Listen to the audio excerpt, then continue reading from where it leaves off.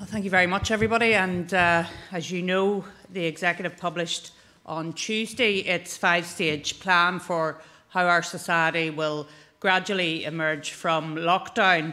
The Executive met today to assess where we are in terms of our battle against COVID-19 and to consider what restrictions might be lifted as we start to move towards recovery and renewal. And on the basis of the latest scientific and medical advice, the Executive has approved the following measures.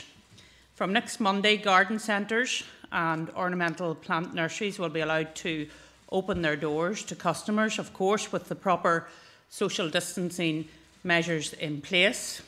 Ministers are also content that household recycling centres should be open to the public and that the disposal of household waste at those sites should be added to the list of what constitutes an appropriate reason for travel.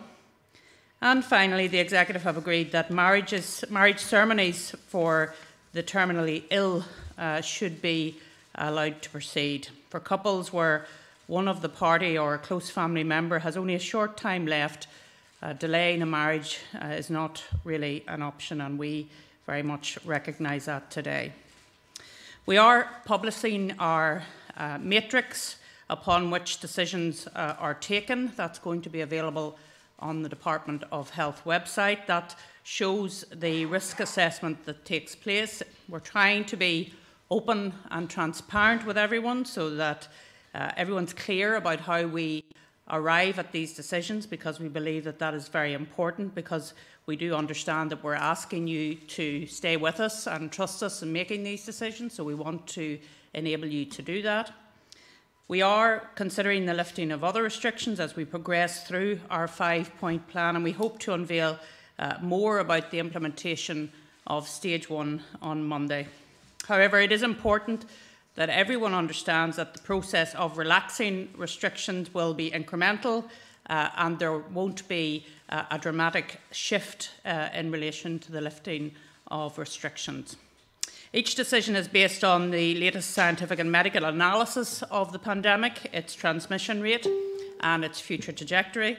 It is based on the capacity of our health and social care services to deal with COVID-19 and their ability to resume normal services, and it's also based on an assessment of the wider health, societal and economic impacts of any measures. So the restrictions will only be lifted if we're convinced that the risk of infection is low and if we believe it is in the long-term interest of the public and of health and of well-being.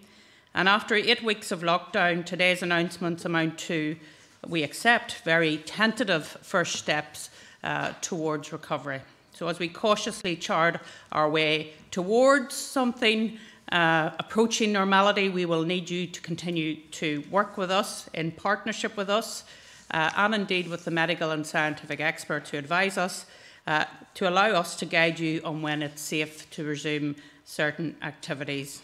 Our roadmap will only succeed if everyone is patient, if you respect the advice of experts, if you continue to show discipline and compliance, and if you maintain the collective will that has so far allowed us to escape the worst ravages of COVID-19. So we've come a long way by following that advice, and I'm asking you to continue to do that. Thank you, Michelle.